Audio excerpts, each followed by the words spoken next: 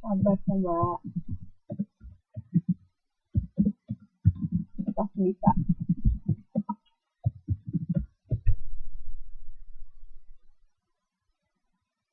Jadi kayaknya yang di dalam kenapa ada tambahin stres?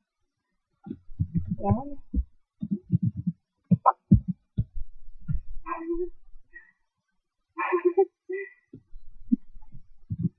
Enggak, Mbak S, yang mana Mbak ya?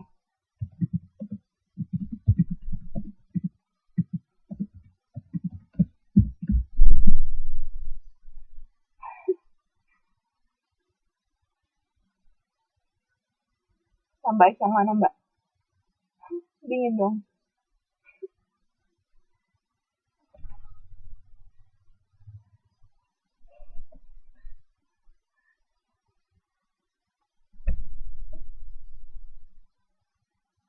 Ini yang bawah itu kenapa ada tambah S? Yang mana Mbak? Yang ini? Di sini. Yang mana ya Mbak? Tambah S. Oh, oh bukan, bukan. Bukan.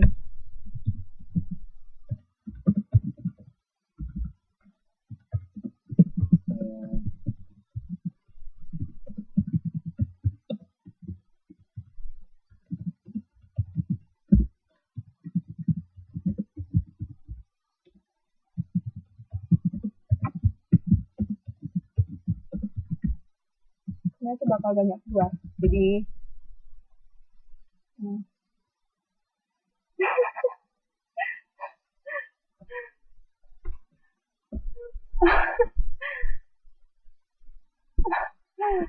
bukan separuh lagi, seperempat Mbak.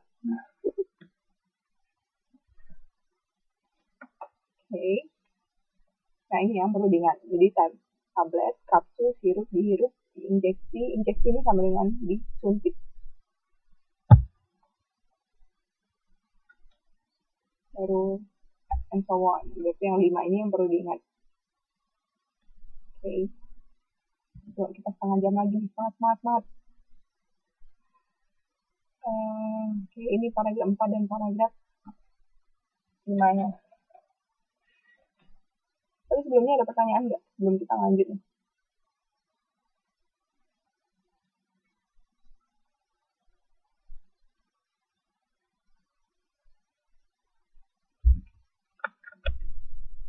Ada nggak ya?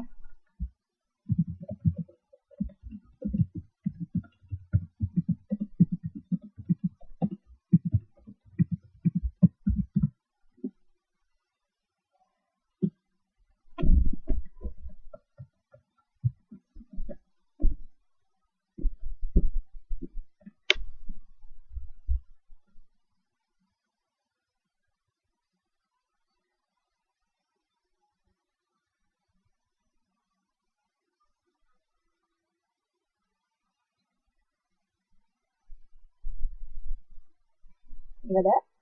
Oke. Berarti udah oke ya? Oke, nah.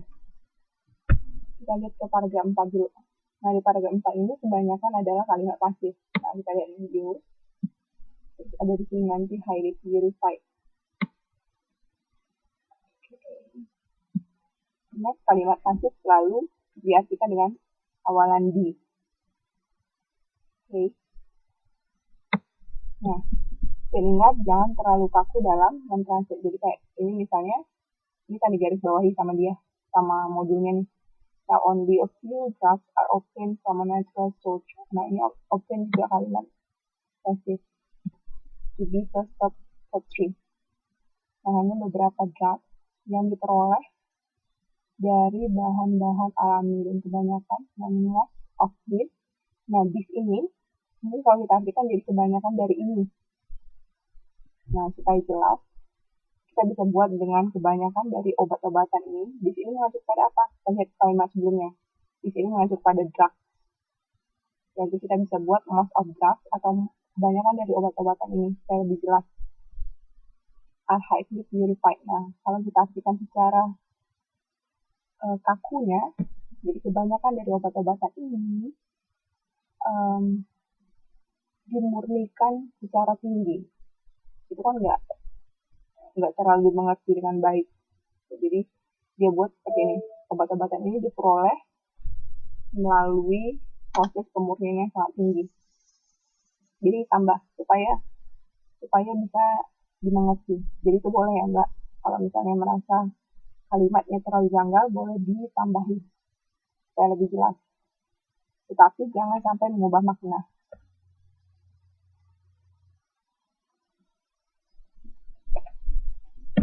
Kedengaran?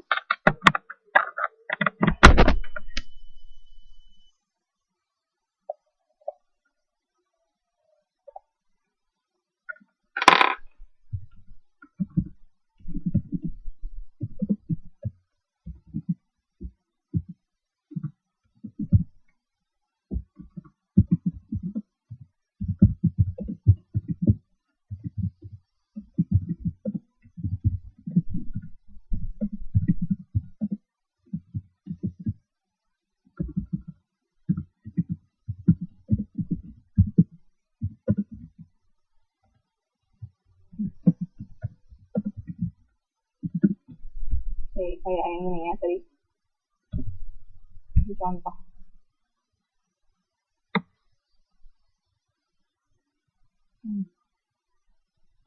Sampai ini. Di garis bawahi itu sebenarnya terlalu panjang. Tetapi kita bisa buat itu untuk membuat pembaca mengerti. Dan itu paragraf 4. Nah, untuk paragraf 5, lihat di sini ada kata action. Kalau action diartikan adalah tindakan. Tapi kalau kita bilang tindakan obat, nah ingat jangan terlalu kaku. Tindakan obat itu kan nggak dimengerti. Jadi kita bisa artikan dengan cara kerja di sini. Cara kerja dari obat. Oke. Nah, terus ada kata al, ini chemical.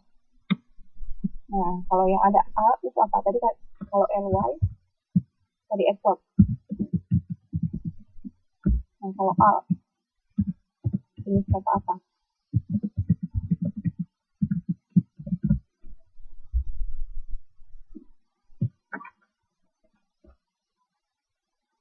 Yuk, ada yang tahu nggak?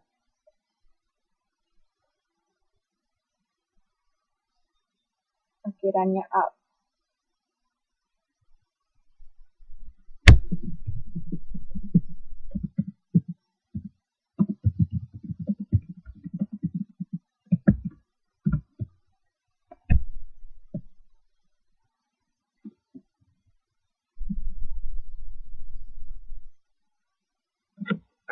Ya, buka yang semester 1.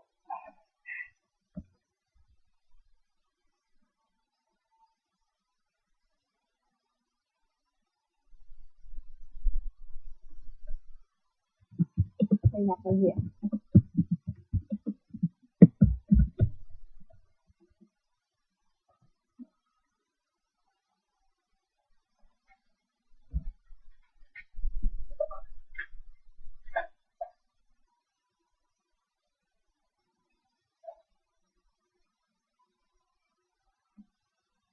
Hal itu dipakai untuk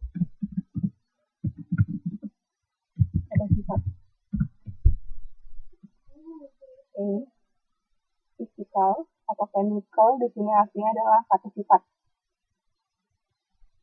Dan kata sifat selalu didampingi, enggak selalu sih, beberapa kali untuk menjelaskan suatu kata benda. Jadi nanti detektif akan bisa plus noun. Makanya di situ tadi kan ada tulisan physical.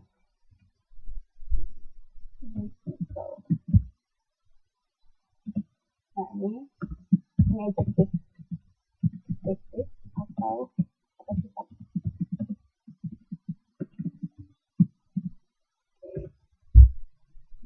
Kalau chemical juga itu termasuk kata sifat yang ada al-alnya. Jadi dia sini punya dua kata sifat.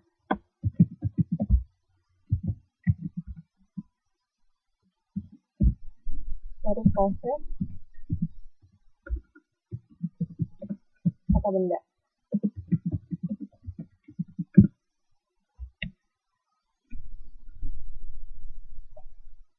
Jadi untuk buat kalimat atau menerangkan suatu kata benda, kita memerlukan kata sifat.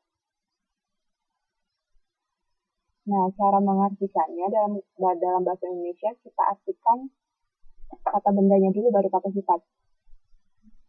Misalnya, YouTuber. Artinya apa?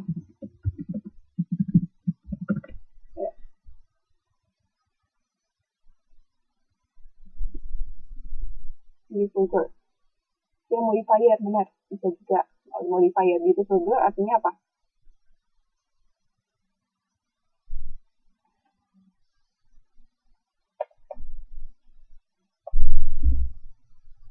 Gadis cantik. Jadi,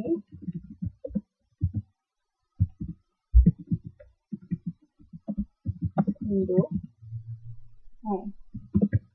kita cari kata benda dulu.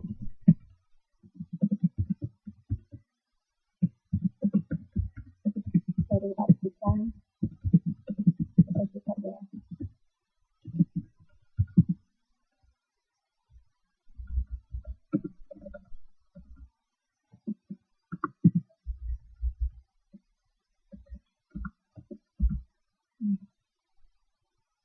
Jadi diartikan dari girl-nya dulu. Girl, gadis, baru cantik. Sama juga dengan physical process. Physical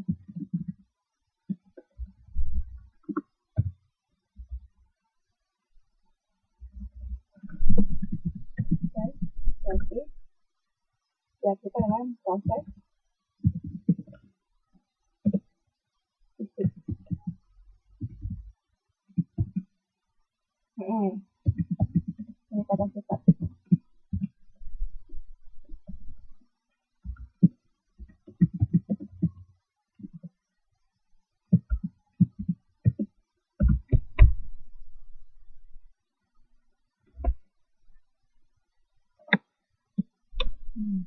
Oke. Bisa ya. Jadi dalam mengartikan kalimat, kalau dia ada kata sifat dan kata benda, duluan kan mengartikan kata bendanya dulu, baru kata sifat. Oke. Nah, tadi ada kata may, tadi kan kita jumpa may define. Sekarang may take place. Ini kalimat aktif atau pasif?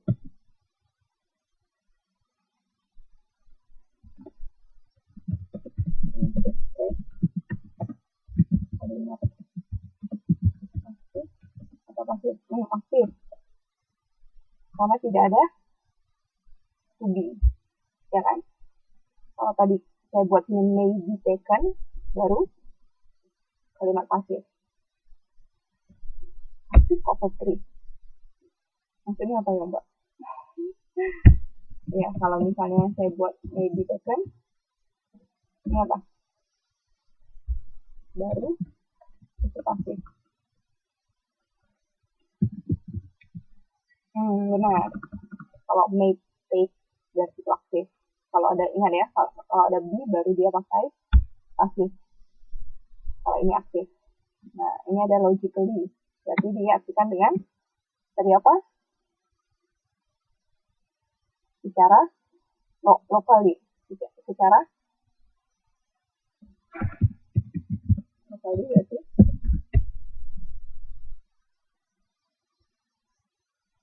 secara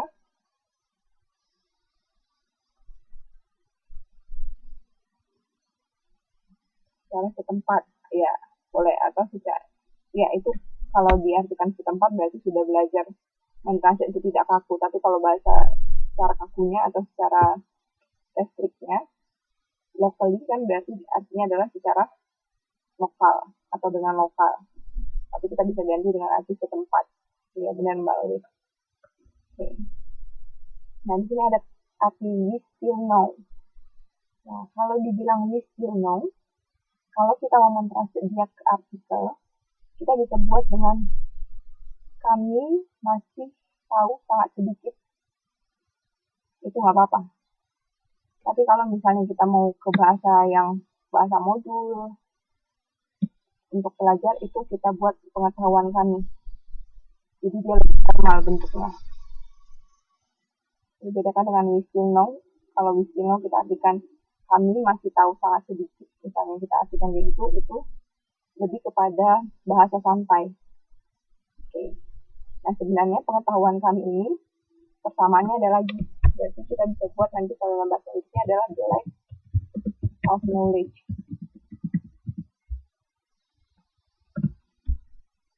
Sama dengan we still know. Nah, kita ada juga.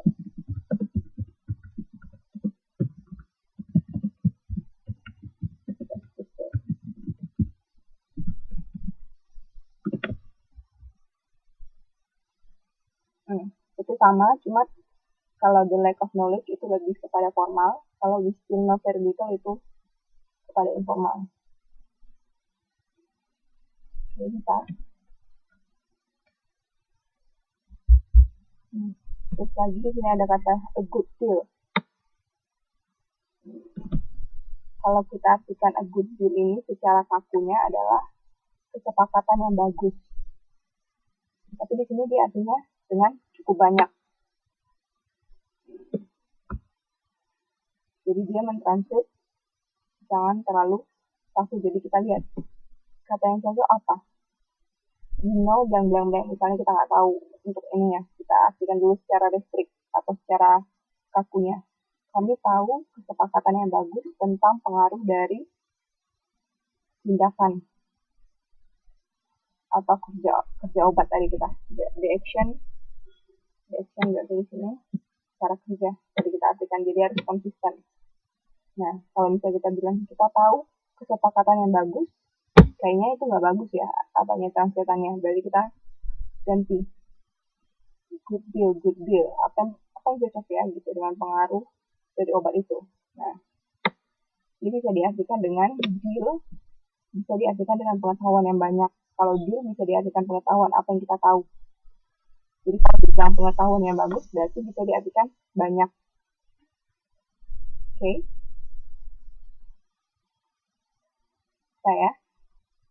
Kita lanjut ke paragraf 6.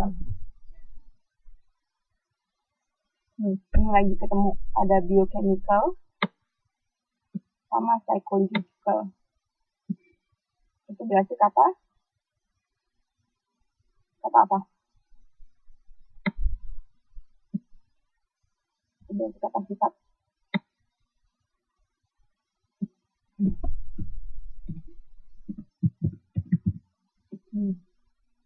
Ini function.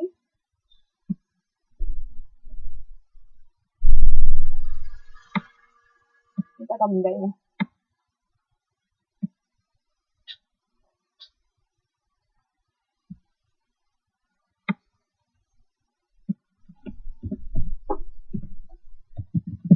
Oke.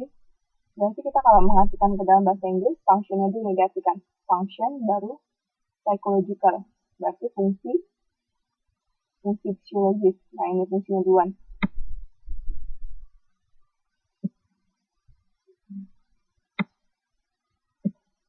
Kata benda duluan di dalam bahasa Indonesia.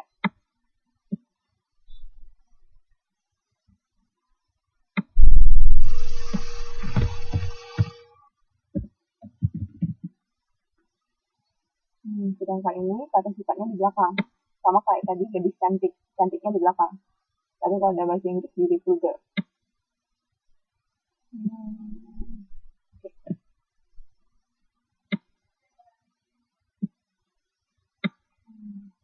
Kata sifatnya.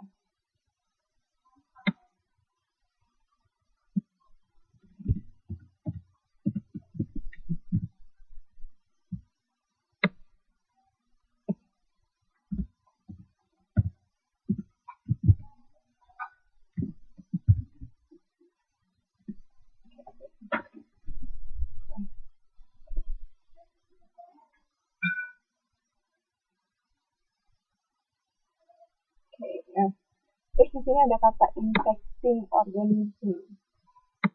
Ini translatannya nggak lengkap di modul ini. Ada yang bisa membantu ini infecting organism. Kira-kira artinya apa ya? Ya, sifat juga benar. Infecting organism.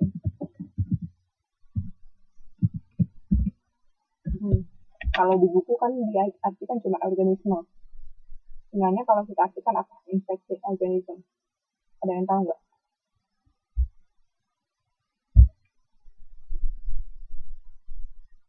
Oke, Mbak.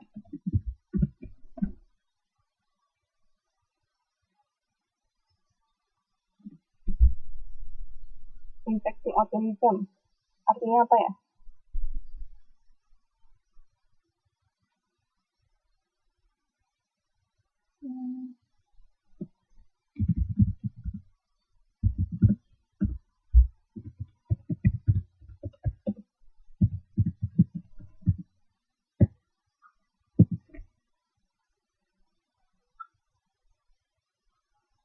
Infeksi organ. Kalau dibilang infeksi organ berarti dia bukan kata sifat. Di sini infeksinya berfungsi sebagai kata sifat. Kata sifat. Di sini berfungsi sebagai kata sifat.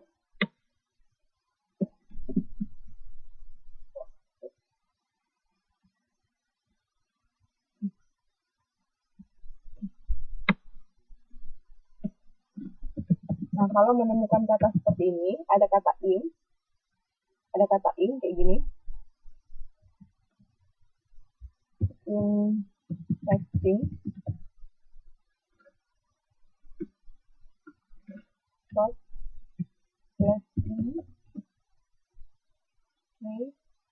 terus ada kata benda, noun.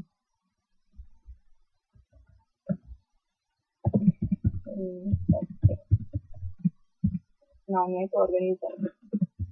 Dan kita artikan dengan cara kata yang, dengan kata bantuan yang. Berarti organisme yang menginfeksi.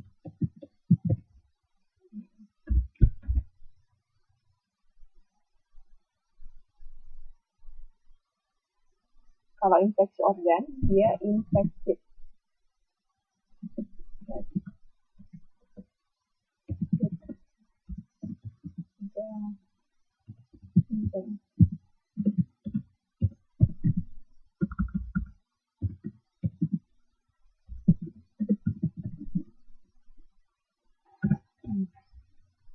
Jadi beda, kalau dia pakai in, kita pakai artinya adalah me.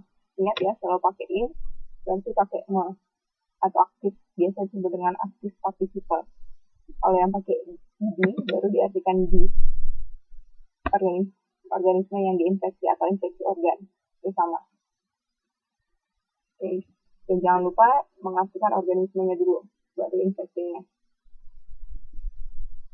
Oke, kita lanjut ke paragraf 7. Nah, ini ada yang di garis bawahi.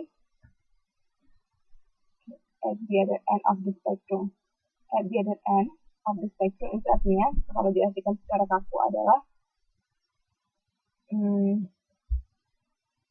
dari gambaran lain. Spektrum itu gambaran. Kita bisa pakai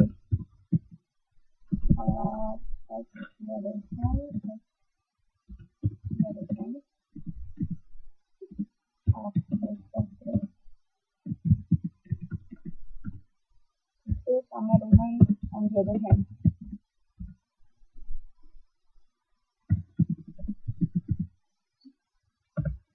Sama. Atau artinya adalah sebaliknya atau di sisi lain.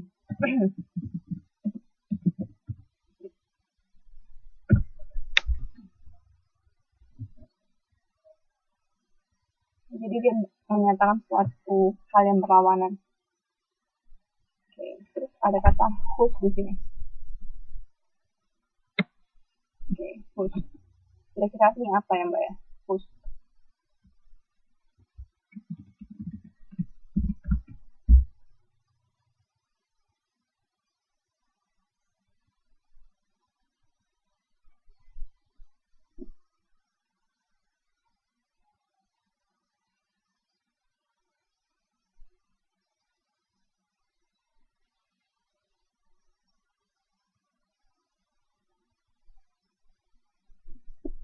Kalian tahu nggak ya? Food.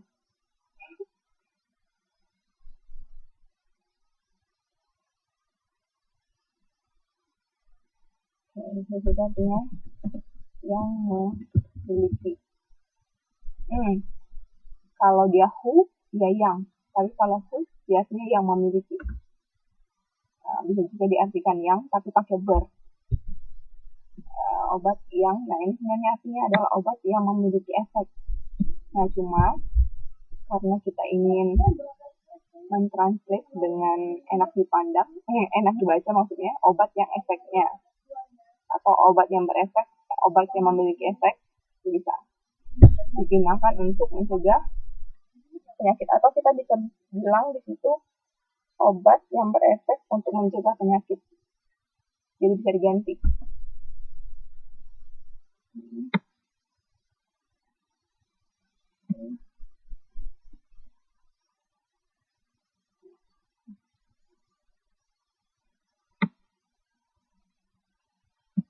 Sama artinya dengan obat yang berefek atau memiliki efek untuk mencegah penyakit.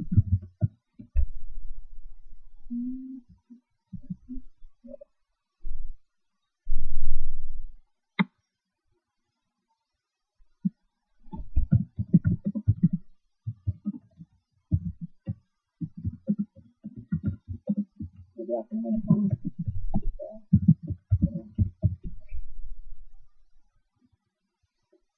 Obat yang efeknya jadi terserah bagaimana mau mengartikannya. Terus nah, kalau misalnya ketemu kata-kata yang dia punya istilah sendiri, kalian bisa pakai catatan kaki. Ya, antasid. Nah, antasid ini kan istilah yang perlu dijelaskan panjang. Kita bisa pakai catatan kaki. Catatan kaki maksudnya yang dibuat di bawah. Ya. Nah, antasid itu arti antasida. Terus ada pembaca yang nggak ngerti antasida itu apa. Nah, kita bisa buat kayak gini. Tanda bintang atau tanda satu kecil. Terus di bawahnya nanti kita artikan antasida adalah ini. Jadi terus ada dekongestan. Nah, mungkin orang awam kalau dokter mungkin baca ini bisa ngerti. Tapi kalau misalnya orang awam atau misalnya pelajar anestesi atau SMP itu nggak tahu dekongestan. Nah, kita bisa buat artinya di bawah catatan kakinya untuk menjelaskan. Itu bisa membantu kita. Oke. Ini ada pertanyaan ya sampai sini.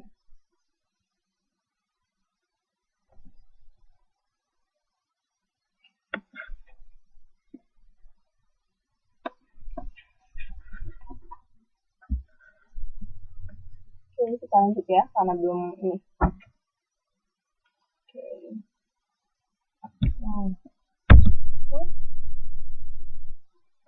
Tunggu. Sebelumnya ini ada kata there are. Oke. Nah. There are and that is. Bedanya apa? Sebelum kita lanjut.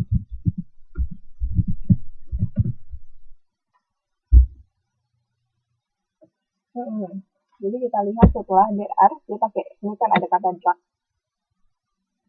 Kalau drug pakai s, berarti dia jamak. Kita pakai there are. Tapi kalau saya bilang drug aja, berarti there is drug. Atau kita bisa tambah there is a drug. Gitu. Oke. Bisa ya. Lanjut. Nah, ini di sini bisa diartikan hampir sama dengan every. Itu artinya adalah setiap.